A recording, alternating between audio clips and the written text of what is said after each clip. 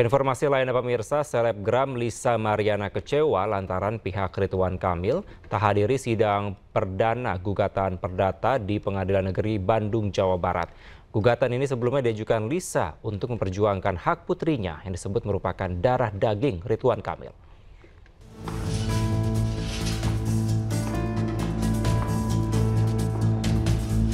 Didampingi tim kuasa hukumnya, Lisa Mariana menghadiri sidang perdana gugatan perdata terhadap mantan Gubernur Jawa Barat Ridwan Kamil di Pengadilan Negeri Bandung, Jawa Barat, Senin siang.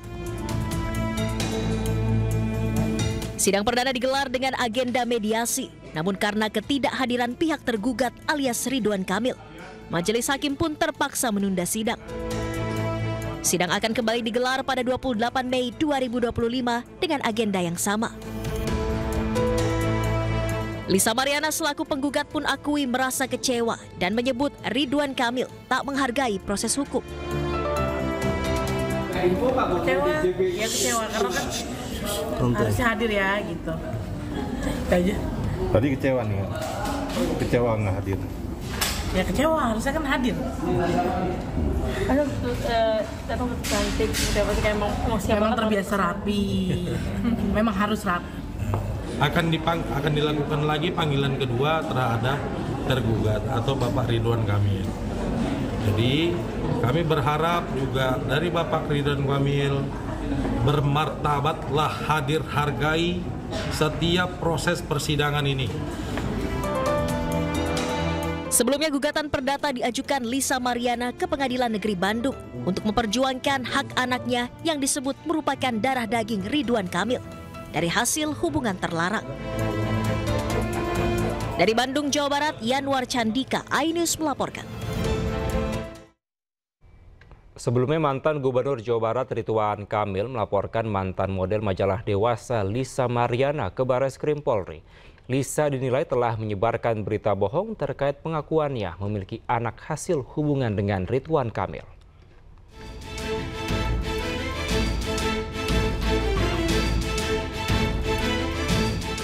Mantan Gubernur Jawa Barat Ridwan Kamil menjawab somasi yang dilayangkan mantan model majalah Dewasa Lisa Mariana.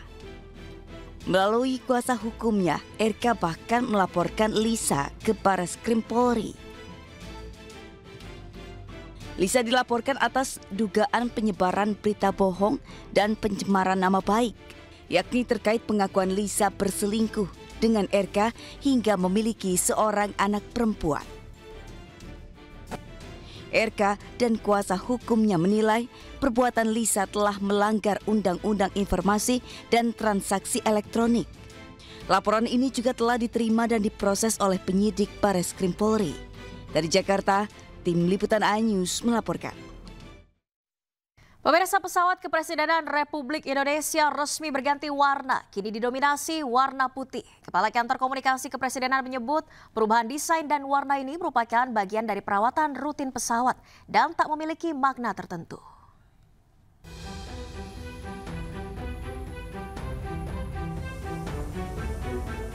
Ganti presiden, warna dan desain pesawat kepresidenan Republik Indonesia pun ikut berubah.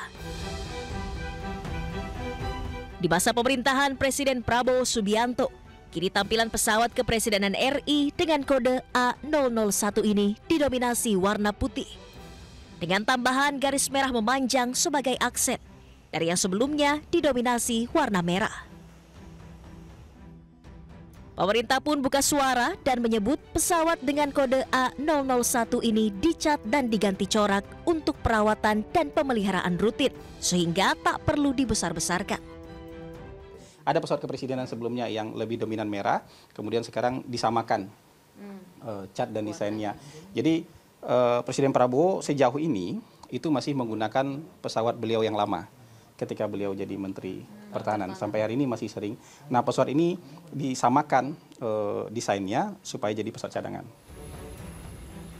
Sebelumnya di masa pemerintahan Presiden ke-7 RI Joko Widodo, pesawat kepresidenan berwarna merah dan putih dengan dominasi warna merah. Pergantian desain dan warna pesawat kepresidenan terakhir kali dilakukan pada tahun 2021 saat Joko Widodo menggantikan Presiden ke-6 Republik Indonesia Susilo Bambang Yudhoyono. Tim Liputan iNews melaporkan. Ya pemirsa, warna pesawat kepresidenan kerap berganti di setiap era kepemimpinan. Sejak zaman Presiden kelima SBY hingga era Presiden Prabowo saat ini sudah 3 kali berganti.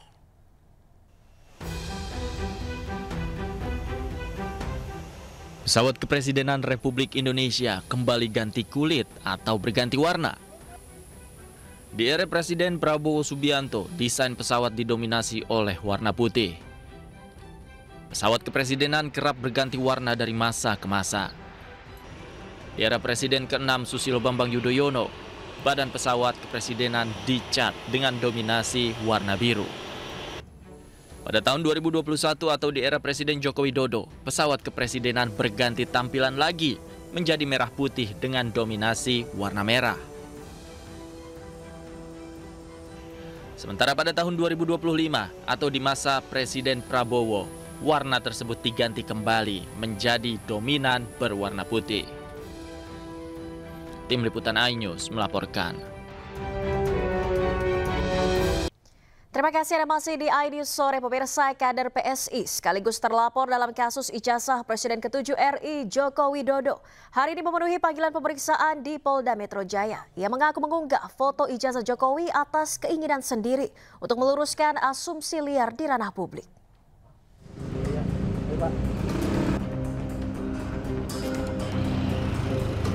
Kader Partai Solidaritas Indonesia Dian Sandi Utama memenuhi panggilan penyidik Polda Metro Jaya Senin pagi. Ia diperiksa terkait unggahan di akun media sosial pribadinya soal ijazah Presiden ke-7 RI Joko Widodo. Dian mengaku mengunggah foto ijazah tersebut didasari niat baik dan atas keinginannya sendiri untuk meluruskan asumsi liar di ranah publik soal isu ijazah palsu Jokowi. Saya ingin ini segera berakhir lah. Saya ingin ini semua berlalu. Hari ini saya terpanggil atas hati nurani saya untuk membuka kebenaran ini. Saya sudah melakukan, seperti yang saya sampaikan ke teman-teman, melakukan riset dari awal. Ya saya bukan artinya pasang badan untuk Pak Jokowi ya. Tetapi saya memang merasa sedih Pak Jokowi digitu-gitukan sama mereka. Seperti yang disampaikan oleh Pak Jokowi, dihina-hina apa segala macam. Saya akan lawan mereka.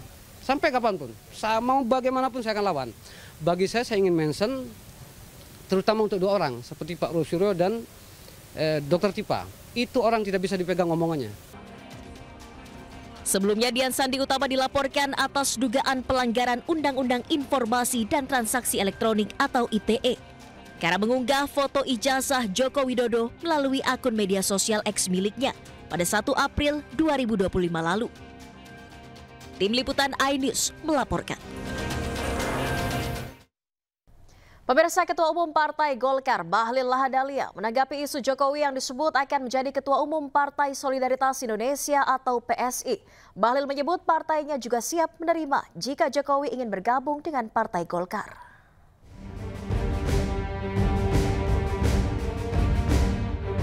Presiden ke-7 RI Joko Widodo belakangan santer diisukan akan mengisi kursi Ketua Umum Partai Solidaritas Indonesia atau PSI. Isu ini mengundang komentar kalangan elit politik. Ketua Umum Partai Golkar Bahlil Lahadalia menyebut partainya juga siap menerima jika Jokowi ingin bergabung dengan Partai Golkar. Menurut Bahlil, Golkar merupakan partai yang inklusif dan terbuka, sehingga mempersilahkan siapapun masuk Golkar, apalagi tokoh besar seperti Jokowi.